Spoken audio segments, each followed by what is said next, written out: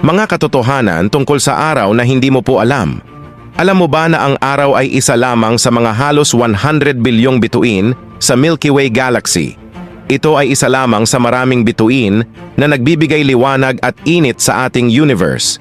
Ang araw ay may kakayahang maglabas ng malalaking pagsabog na tinatawag na solar flares.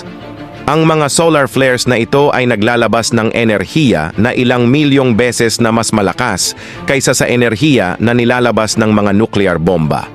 Ang araw ay hindi isang solido na bagay. Sa katunayan, ito ay isang bilog na gas na binubuo ng mga layer na may iba't ibang temperatura at komposisyon. Ang pinakalabas na layer ng araw na tinatawag na corona ay mayroong napakataas na temperatura kaysa sa iba pang mga layer. Ang araw ay may mga dark spots na tinatawag na sunspot. Ang mga sunspot